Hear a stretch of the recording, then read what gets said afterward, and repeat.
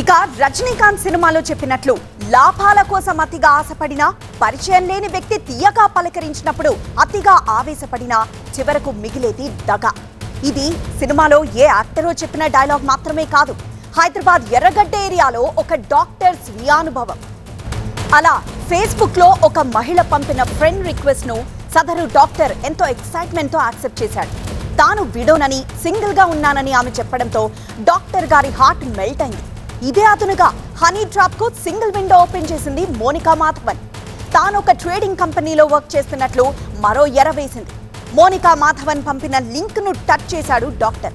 అంతే, ఒక్క క్లిక్ తో 14 కోట్ల రూపాయలు హామ్ ఫట్. లక్షకు 85,000 ప్రాఫిట్ వచ్చింది. భలే చౌక లక్కు బేరమే అనుకున్నాడు డాక్టర్. ఆమె చెప్పిందే తడుగా అప్పు సప్పు చేసి పెట్టుబడి పెట్టేశాడు. 14 కోట్లు ఇన్వెస్ట్ చేసే భారీ లాభం డిస్ప్లే అయింది. కానీ విత్డ్రా చేయబోతే మోసం, దగ. అదెలాగో cyber security bureau DSP KVM Prasad మాటల్లోనే విన్నాం. ఫేస్బుక్ ద్వారా ఫ్రెండ్ రిక్వెస్ట్ వచ్చింది. ఈయన ఫ్రెండ్ రిక్వెస్ట్ యాక్సెప్ట్ చేసినాడు. యాక్సెప్ట్ చేసిన తర్వాత ఆమె కొంచెం చాట్ చేసింది. చాట్ చేసి ఆమె ఒక వీడియోలాగా ఒక సిఎంసి అనే కంపెనీలో పనిచేస్తున్నట్లుగా ఇంట్రడ్యూస్ చేసుకుంది. నేను ఒక సిఎంసి కంపెనీలో పనిచేస్తున్నా, ఇది మంచి ట్రేడింగ్ కంపెనీ, ఇందులో కనుక ఇన్వెస్ట్ చేస్తే బాగా హ్యూజ్ ప్రాఫిట్స్ వస్తాయని చెప్తే ఈయన అది నిజమని నమ్మేసినాడు. ఫస్ట్ ఇనీషియల్గా ఒక 1 lakh పెట్టమంటే ఒక 1 lakh ఇన్వెస్ట్ చేస్తే 85,000 ప్రాఫిట్ వచ్చినట్లు చూపించారు. ఆ ప్రాఫిట్ ఈయన అకౌంట్లో కూడా ట్రాన్స్ఫర్ చేసుకున్నాడు. అట్లా ఆమె చెప్పినట్లుగా ఇన్వెస్ట్ చేస్తూ 14 crore వరకు ఇన్వెస్ట్ చేశారు. ఇక్కడ వెబ్సైట్లో మాత్రం అది 35 crore అయినట్లు చూపించింది.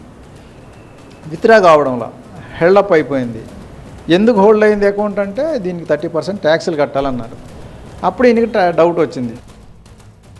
మరింత సమాచారం మా ప్రిన్సిపల్ కరెస్పాండెంట్ ప్రణీత అందిస్తారు. ప్రణీత, ఇంతకీ డాక్టర్ ఎలాంటి వివరాలు చెప్తున్నారు, ఎలా మోసపోయారని చెప్తున్నారు, అలానే హనీ ట్రాప్ కి దిగిన ఆ మహిళ వివరాలు ఏమన్నా తెలిసాయా?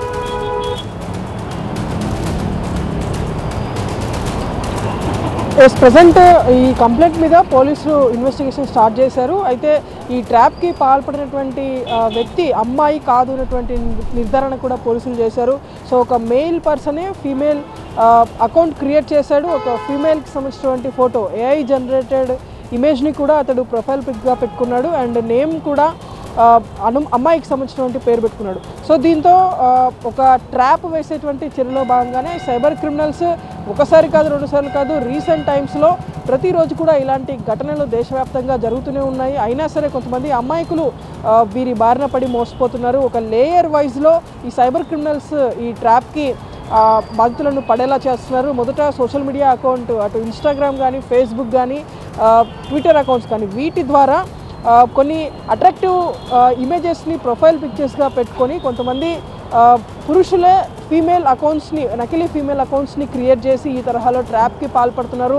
ఫస్ట్ ఫేజ్లో మొత్తం ఒక contact person friend request accept చేస్తే కనుక ఆ పర్సన్తో స్టార్టింగ్ ఒక ఫేజ్ ఆఫ్ కన్వర్జేషన్ ఉంటుంది. సో లేయర్ 2లో వారిని మరింత అట్రాక్టివ్ మాటలు చెప్పి వారిని పూర్తిగా లొంగదీసుకునేటువంటి ప్రయత్నం చేశారు. ఆ తర్వాత వాట్సాప్ నెంబర్స్ని ఎక్స్చేంజ్ చేసుకొని వాట్సాప్ లేదా టెలిగ్రామ్ లోపలికి వచ్చేలాగా చేసి వారి చేత ఈ ట్రేడింగ్ అంటూ దాని మీదకి చెప్పేసి మొత్తం ఈ తరహాలో ఫ్రాడ్కి పాల్పడ్డారు. ఈ తరహాలో మొత్తం 14 కోట్లు పోగొట్టుకున్నారు. సో ఈ 14 కోట్ల గురించి పోలీసుల దర్యాప్తు కొనసాగుతుంది. ఎస్ ప్రణీత.